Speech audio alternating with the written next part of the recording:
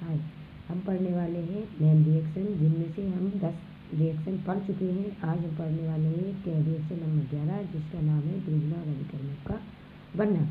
Grignard अभिकर्मक को हम कैसे बना सकते हैं, इसके लिए भाषा आप अपने मन से भी लिख सकते हैं। हमने जो लिखी है वो तो लिखी ही है, उसके अलावा आप अपने मन से भी लिख सकते हैं बना के। सिर्फ आपको क्या याद होना चाहिए, समीकरण याद होना चाहिए।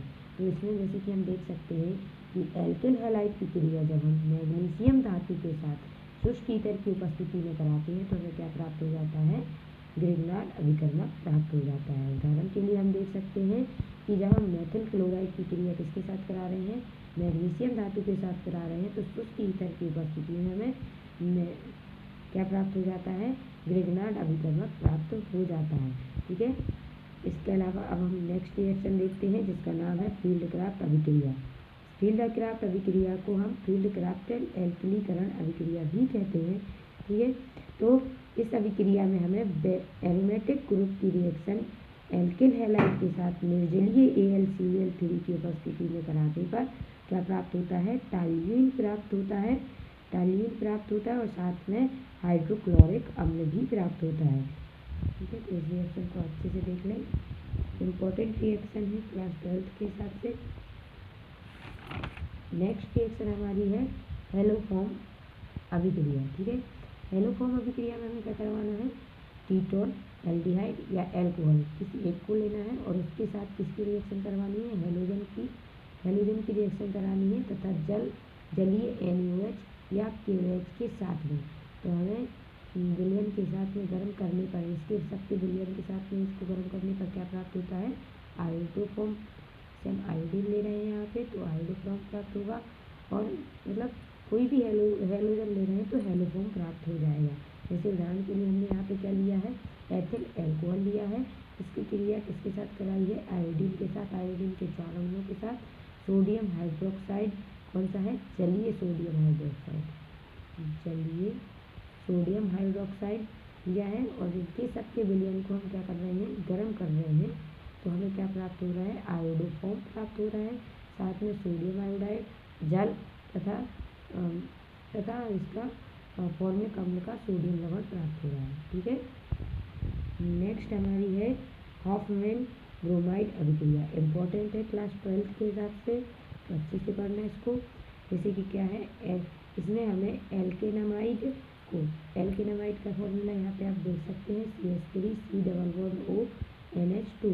एल्केनामाइड को हमें किसके साथ रिएक्शन करानी है, कास्टिक पोटास या फिर NaOH या NaBr या KOBr के साथ गर्म करने पर प्राथमिक एमीन प्राप्त होता है। इस क्रिया को हॉफमैन ब्रोमाइड अभिक्रिया कहते हैं। ठीक है, यहाँ पे देख सकते हैं कि जब हम किसको एल्केनामाइड को ब्रोमीन के 2 अणुओं के साथ और NaOH के साथ क्या कर रहे हैं, रिएक्शन करा रहे हैं, तो हमें क्या प्राप्त हो रहा है, प्राथमिक एमीन प्राप्त हो रहा है और साथ में और भी उत्पाद प्राप्त हो रहे हैं। ठीक है, तो रिएक्शन को अच्छे से देखिए, कौन सी रिएक्शन है, हॉफमैन ब्रोमाइड अभिक्रिया, इम्पोर्टेंट है। नेक्स्ट हमारी आती है कार्बेल एमीन अभिक्रिया। तो कार्बेल एमीन अभिक्रिया में प्राथमिक एमीन को क्लोरोफॉर्म तथा एल्कोहलिक KOH के साथ गर्म करते हैं, तब हमें एल्किल आइसोसाइनाइड या एल्किल कार्बेल एमीन प्राप्त होता है। ठीक है, क्या करना है हमें इसमें, प्राथमिक अमीन लेना है। प्राथमिक अमीन को किसके साथ रिएक्शन करवानी है, क्लोरोफॉर्म के साथ रिएक्शन करानी है। प्राथमिक अमीन को क्लोरोफॉर्म, याद रखना है इसको, प्राथमिक अमीन को क्लोरोफॉर्म के साथ और एल्कोहलीय कौन सा लेना है, एल्कोहलीय KOH। जैसे कि अभी हमने जब हेलोफॉर्म की रिएक्शन करवा रहे थे तो कौन सा ले रहे थे, जलीय KOH ले रहे थे, यहाँ पे एल्कोहलीय KOH लेना है। तो थोड़ा इसको याद रखने के लिए है कि कार्बेल एमीन वाली अभिक्रिया में प्राथमिक एमीन लेना है, क्लोरोफॉर्म लेना है और एल्कोहलीय KOH लेना है। जब इनको हम एक साथ मिला के गर्म करते हैं, क्या करते हैं, गर्म करते हैं, तो हमें क्या प्राप्त होता है, एल्किल साइनाइड आइसोसाइनाइड या फिर क्या प्राप्त होता है, कार्बेल एमीन प्राप्त होता है। ठीक है, उदाहरण के लिए आप देख सकते हैं यहाँ पे मेथिलमीन लिया है और क्लोरोफॉर्म KOH के साथ रिएक्शन करवाई है तो मेथिल आइसोसाइनाइड प्राप्त हुआ है और साथ में पोटेशियम क्लोराइड प्राप्त हुआ है। ठीक है, नेक्स्ट अभिक्रिया देख सकते हैं कैनिजारो अभिक्रिया। तो वेरी IMP लिख सकते हैं आप क्लास 12 के हिसाब से। तो इसमें क्या है, एल्डिहाइड के दो समान अणु जिसमें अल्फा हाइड्रोजन परमाणु नहीं होता है, अल्फा हाइड्रोजन परमाणु नहीं होता। अल्फा हाइड्रोजन क्या होता है, क्या आप जानते हैं? जैसे अपना जो एल्डिहाइड है, एल्डिहाइड का कार्बन है, उस कार्बन से जो कार्बन जुड़ा है उसके साथ क्या हो, अगर हाइड्रोजन उपस्थित है, सपोज ये हाइड्रोजन उपस्थित है तो इसको बोलते हैं अल्फा कार्बन, और इसके साथ जो हाइड्रोजन उपस्थित है उनको क्या बोलते हैं, अल्फा हाइड्रोजन। ठीक है, तो हमें यहाँ पे कौन सा लेना है, एल्डिहाइड के दो समान अणु जिनमें अल्फा हाइड्रोजन उपस्थित ना हो। ठीक है, क्या याद रखना है, जिनमें अल्फा हाइड्रोजन उपस्थित ना हो, मतलब कि इस कार्बन से कोई भी अल्फा हाइड्रोजन उपस्थित ना हो। जैसे कि अपना फॉर्मेल्डिहाइड ले सकते हैं या फिर फॉर्मेल्डिहाइड के अलावा CH3 देखिए इस कार्बन से भी हमारा कोई भी अल्फा हाइड्रोजन ऐड नहीं है, तो ये भी इस रिएक्शन को दर्शा सकता है, कैनिजारो अभिक्रिया को दर्शा सकता है। ठीक है, तो अल्फा हाइड्रोजन समझ में आया ना। तो ऐसे एल्डिहाइड लेना है, ये एल्डिहाइड के दो अणु लेने हैं जिनमें अल्फा हाइड्रोजन उपस्थित नहीं होते हैं, उनकी अभिक्रिया जलीय या एल्कोहलीय कास्टिक सोडा विलयन के साथ में, कास्टिक सोडा पता है ना अपन को, NaOH के विलयन के साथ में कराने पर हमें क्या प्राप्त होता है, एल्कोहल तथा अम्ल प्राप्त होता है। इस अभिक्रिया को कैनिजारो अभिक्रिया कहते हैं। ठीक है, देख सकते हैं आप, जब हम फॉर्मेल्डिहाइड की रिएक्शन सोडियम हाइड्रोक्साइड के साथ कराते हैं तो मेथेनॉल और साथ में क्या प्राप्त होता है, अम्ल का सोडियम लवण प्राप्त होता है। ठीक है, फिर इसके बाद आता है हमारा इम्पोर्टेंट है एल्डोल संघनन। एल्डोल संघनन में यहाँ पे ध्यान देना, कैनिजारो अभिक्रिया में कौन से एल्डिहाइड ले रहे थे जिसमें अल्फा हाइड्रोजन उपस्थित ना हो। अब हम एल्डोल संघनन पे आते हैं, अल्फा हाइड्रोजन परमाणु युक्त एल्डिहाइड।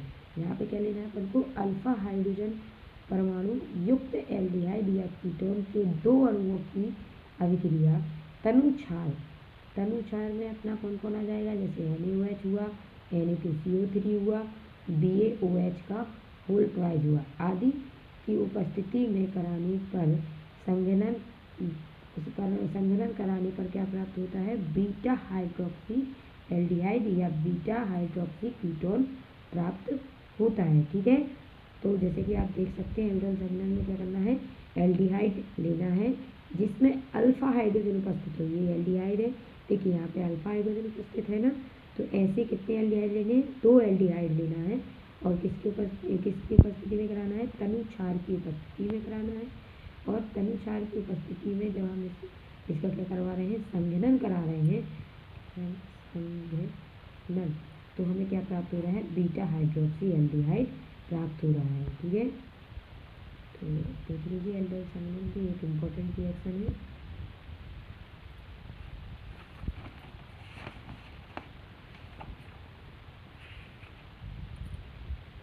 नेक्स्ट हमारी अभिक्रिया है क्लीवेंसन अपचयन। क्लीवेंसन अपचयन, इस अभिक्रिया में अपचयन में कार्बोनिल समूह, ठीक है, कार्बोनिल समूह मेथिलीन समूह में अपचयित हो जाता है। ठीक है, याद रखना है कि क्लीवेंसन अपचयन में क्या होता है, जो कार्बोनिल समूह अपना होता है, कार्बोनिल समूह में अपना एल्डिहाइड में कार्बोनिल समूह आता है, कीटोन में भी आता है कार्बोनिल समूह, और अपना जो एसिड होता है उसमें भी कार्बोनिल समूह आता है। तो कार्बोनिल समूह जो होता है वो मेथिलीन समूह में अपचयित हो जाता है। यह अमलगमित जिंक से अपना मतलब है ZnHg। ठीक है, जिंक एंड मरकरी अमलगमित क्या कहलाता है, जिंक कहलाता है, तथा शांत हाइड्रोक्लोरिक अम्ल की उपस्थिति में होता है। ठीक है, तो इसको आप यहाँ पे देख सकते हैं कि जब हम एसीटोन को लिया, क्या लिया हमने, एसीटोन, एसीटोन का अपचयन किसके अपचयन कराते हैं? अगर हाइड्रोजन जुड़ रहा है तो अपचयन हो रहा है, ये अपन पढ़ चुके हैं रेडॉक्स अभिक्रियाओं में। तो यहाँ पे अपचयन करा रहे हैं किसका? एसीटोन का। और किसकी उपस्थिति में? यहाँ पे हमें क्या याद रखना है? अपना उत्प्रेरक याद रखना है। उत्प्रेरक क्या है अपना? ZnHg तथा सांद्र HCl की उपस्थिति में तो हमें क्या प्राप्त होता है? प्रोपेन प्राप्त होता है और साथ में जल प्राप्त होता है। ठीक है। नेक्स्ट अभिक्रिया हमारी है वुल्फ किस्नर अपचयन अभिक्रिया। इस अभिक्रिया में क्या होता है? कार्बन अभी हमने देखो जो वुल्फ किस्नर अभिक्रिया है वो अपनी जो अपनी कन्वेंशन अपचयन है उससे बिल्कुल मिलती जुलती अभिक्रिया है, सिर्फ उत्प्रेरक का चयन है यहाँ पे। ठीक है। तो दोनों अभिक्रिया एक जैसी है, सिर्फ उत्प्रेरक में ही डिफरेंस आने वाला है। यहाँ पे जहाँ हम ZnHg उपयोग कर रहे थे वहाँ पे अपन को क्या लेना है? अपना NH2 लेना है, मतलब हाइड्रोजीन लेना है। ठीक है। तो इस अभिक्रिया में कार्बोनिल यौगिक को हाइड्रोजीन व QH के साथ उच्च क्वथनांकी विलायक इथिलीन ग्लाइकॉल के साथ में गर्म करने पर इसके साथ इथिलीन ग्लाइकॉल के साथ में गर्म करने पर उनका कार्बोनिल समूह मेथिलीन समूह में अपचयित हो जाते हैं। ठीक है। जिनका जो कार्बोनिल समूह होता है वो किसमें अपचयित हो जाता है? मेथिलीन समूह में अपचयित हो जाता है। और इस अभिक्रिया को कहते हैं वुल्फ किस्नर अपचयन अभिक्रिया कहते हैं। ठीक है। समझ में आया ना? क्या करना है? यहाँ पे हमने एसीटोन लिया है और एसीटोन का जब हम क्या करवा रहे हैं? अपचयन करवा रहे हैं। H+ क्या कर रहे हैं? ऐड कर रहे हैं, इसमें अपचयन करवा रहे हैं। इसकी उपस्थिति में करवाना है फिर को हाइड्रोजीन के साथ, हाइड्रोजीन की उपस्थिति में तथा KOH की उपस्थिति में कराने पर क्या प्राप्त हो रहा है? प्रोपेन प्राप्त हो रहा है। ठीक है। तो ये थी हमारी वुल्फ किस्नर अभिक्रिया। नेक्स्ट हमारी अभिक्रिया है रोजनमंड अपचयन। ठीक है। तो इसको भी ध्यान से देखिए, इम्पोर्टेंट रिएक्शन है रोजनमंड अभिक्रिया। एसिटिल क्लोराइड, इस अभिक्रिया में क्या करना है? एसिटिल क्लोराइड का मतलब जो अपना एसिड क्लोराइड है, एसिड क्लोराइड का उत्प्रेरक की उपस्थिति में, कौन से उत्प्रेरक की उपस्थिति में?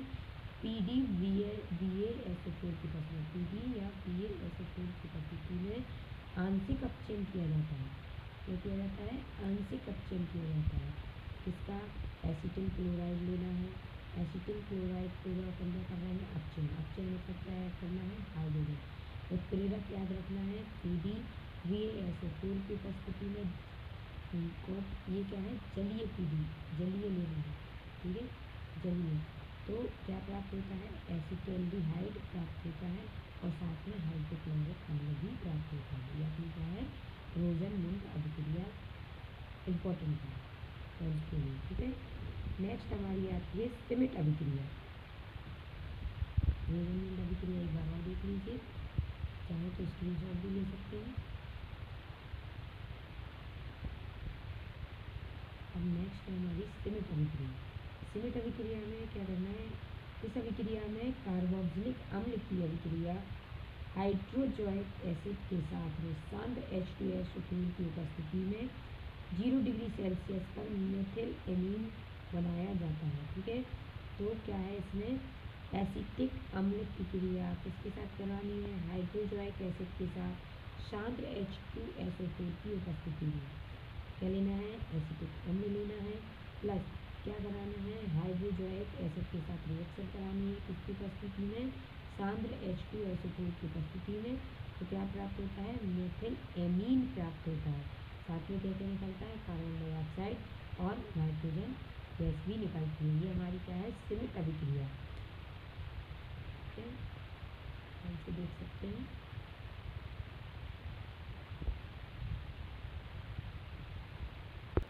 ये यहाँ पे अपनी 21 नेमिंग रिएक्शन कंप्लीट हो चुकी है। अब जो बची हुई नेमिंग रिएक्शन है उनको हम अगली वीडियो में शेयर करेंगे। तब तक के लिए नमस्कार।